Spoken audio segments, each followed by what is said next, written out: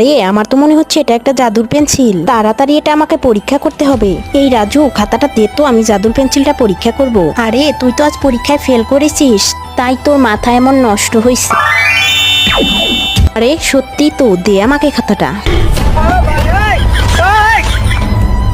রাজু, আমার তো কোনো গার্লফ্রেন্ড নাই, আজ এই জাদুর কলম দিয়ে আমি একটা গার্লফ্রেন্ড আনবো। দেখ কত সুন্দর একটা গার্লফ্রেন্ড আনি। তার আগে বন্ধুরা, আমি আর কাউকে কসম দিব না। যাদের কাছে এই আল্লাহ লেখাটি ভালো লাগবে তারা ভিডিওতে একটি লাইক দিয়ে চ্যানেলটিকে সাবস্ক্রাইব করবে প্লিজ, এবং কমেন্টে অবশ্যই আল্লাহ নামটি লিখে যাবে।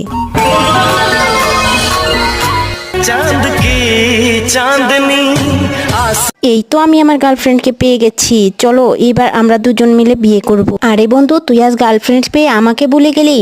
যা, ঠিক আছে, জাদুর কলম দিয়ে আজ আমিও একটা গার্লফ্রেন্ড আন। আমার গার্লফ্রেন্ড তোর গার্লফ্রেন্ডের চেয়ে আরো অনেক সুন্দরী হবে।